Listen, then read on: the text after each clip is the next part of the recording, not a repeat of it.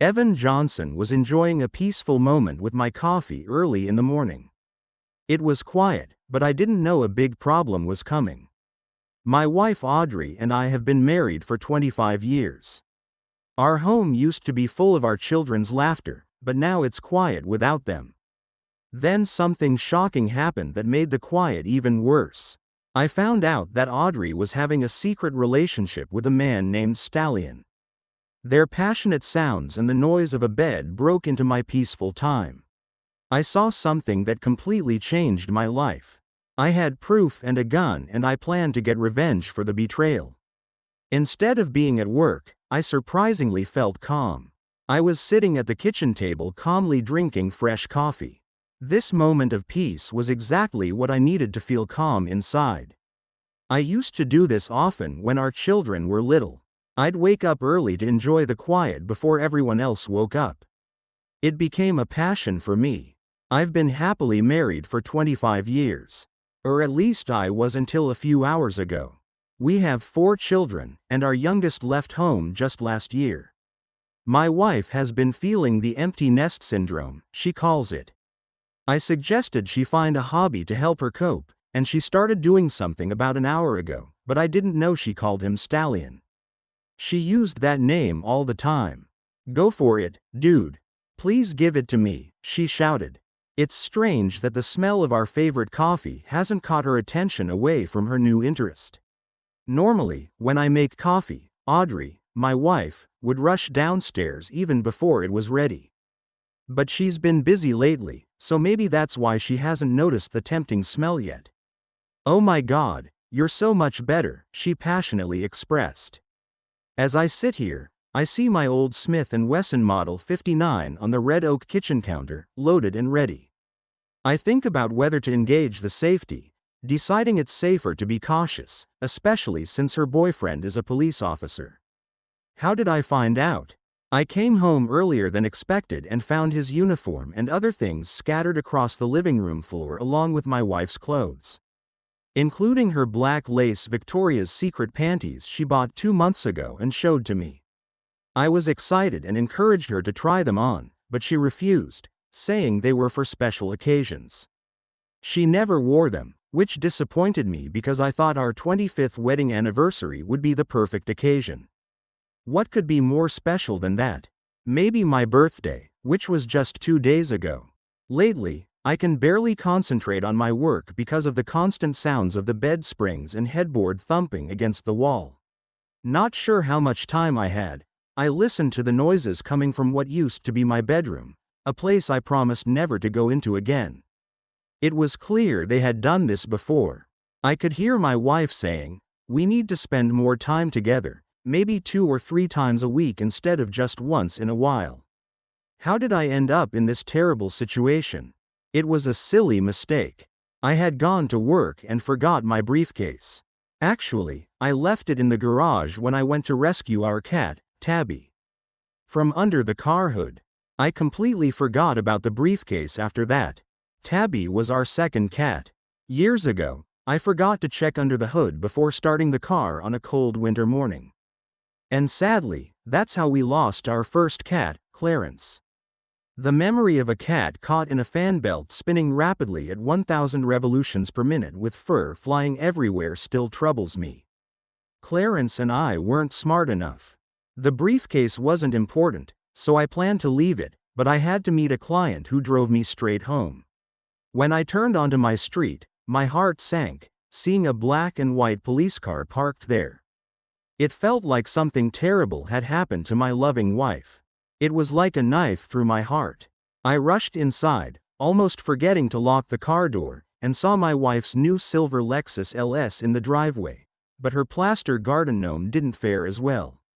Now I'm here sitting and sipping my coffee, thinking about everything that led to this moment. It was a terribly unpleasant experience. One I'd never gone through before. Instead of coffee, I felt like having whiskey, but I chose to keep a clear head.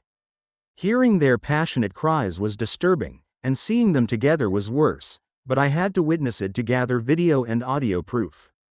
What hurt the most wasn't them being intimate on our bed. It was my wife humiliating me with comparisons and hurtful words. It was painful to hear her say her lover was better than me in every way. If she wanted someone better, she shouldn't have married me. Finding out she cheated on me with him in our bed was shocking. Yes, they were intimate on my side of the bed. At 50, my wife passionately wrote him, expressing her pleasure openly. Part of me couldn't believe what I saw, even though the evidence was clear. She chose a lover barely 30, in great shape, unlike me. I may not be very manly, but why did he have to go for someone else's wife? I couldn't understand his choice. The ordeal felt endless, but after about 90 minutes, the house fell silent. They must have stopped for a break. My wife asked her lover if there was any coffee, but he didn't say anything. All I could hear was Audrey saying, "Oh my God." Then I heard them opening and closing closets, digging through dresser drawers, and moving laundry baskets around in a rush.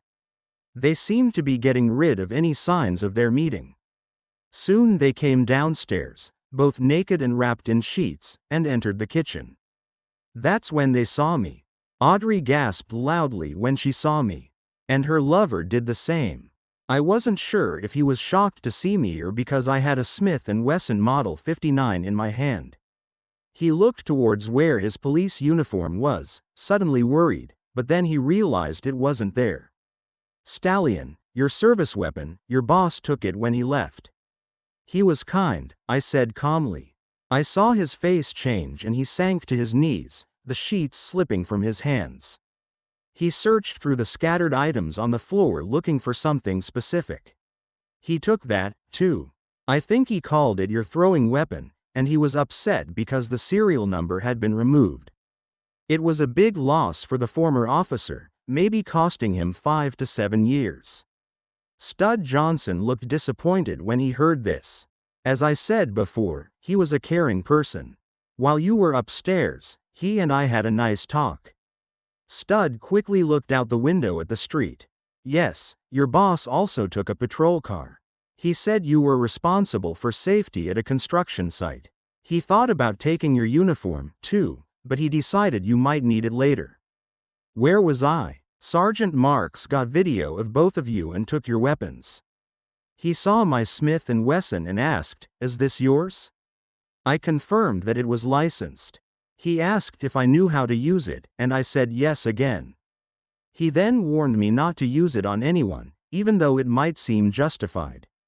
Law enforcement officers can use force, but civilians cannot. I assured him that unless someone had a third gun we didn't know about, no one would be shot. Your boss nodded in agreement and headed towards the door, saying, "Tell Officer Johnson not to come to the station. We'll contact him when needed."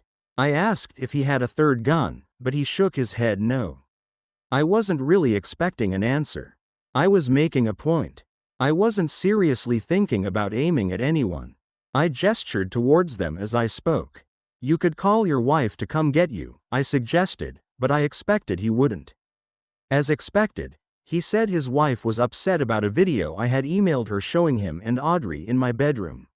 She was upset about her father, the police chief, and how it would affect their kids. They seemed like a respectable family, which made their situation even sadder. Despite the seriousness of the situation, I found it somewhat entertaining, like catching a fish and playing with it before letting it go. I thought about asking my wife for a ride, but the police had taken her car because they found cannabis in it. Audrey was shocked at first, but then she sadly accepted that her car was impounded.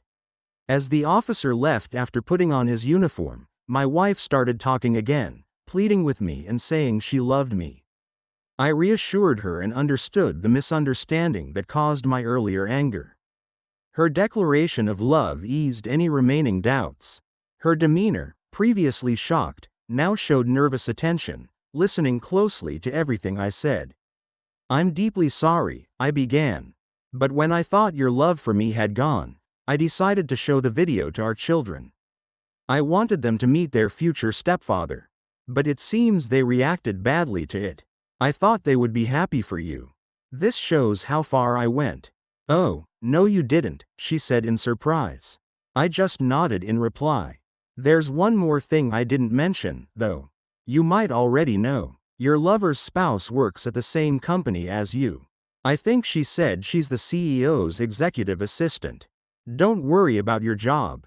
I told her not to fire you, even if they move you to Little Rock.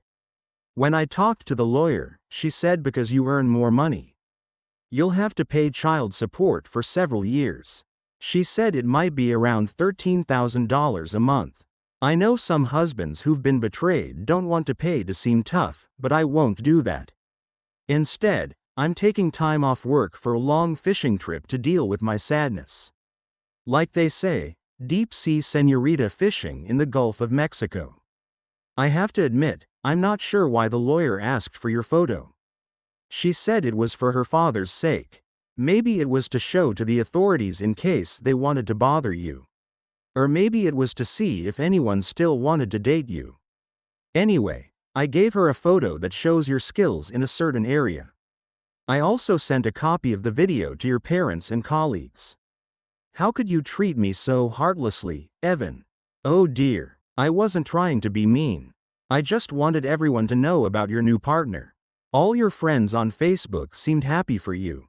Audrey didn't react much. She just sat on the floor in her sheet, crying, shaking her head, and saying, "This can't be happening to me." Okay, dear, it's time for you to get dressed and pack your things. Your parents will be here soon to pick you up. I'll be happy if you come with me, but you need to find a place to stay for tonight. They said they can offer you somewhere temporary to stay. Unfortunately, because of the divorce, the house will have to be sold. I brought this up after her divorce was finalized. It seems you have some questions, dear. I have to say this is a surprise to me. What do you think should happen now that I know? I never thought you would get caught. Should we keep talking about this with no end? There was silence upstairs for a few minutes. She didn't say much, just cried quietly now and then. Why do cheaters always cry when they get caught? This is a really bad situation. If getting caught is so terrible, then please don't cheat in the first place. About 10 minutes later, she came down the stairs, dressed but without a suitcase. Evan, we really need to go, dear, she said. Right then, I heard her parents' car pull up outside our house. Audrey, goodbye, I said, opening the door to let her out. Second story. How do I cut contact? I found out a few days ago that my boyfriend, who I've been with for almost 4 years, was cheating on me online. This happened during a time when I was studying all day for exams and tests. Even then, I made time for us to hang out, take baths together, and plan our future, like renovating our room. He was very loving and caring during this time. I think he did it because he doesn't love himself enough. The girl flirting with him made him feel more confident and I became less important to him. He realized later that he made a big mistake just when I had finally overcome my insecurities about him cheating. I had started to believe he would never do something like this. I feel so conflicted now. I keep expecting a message from him or something, even though I know I need to cut contact to move on, but I'm scared to do it because we grew up together. We had great chemistry, lots in common, and loved spending time together. He accepted all my quirks, and I did the same for him. How can I end it without feeling like I'm losing a huge part of my life? I worry I'll never find someone else who shares my interests and jokes like he did.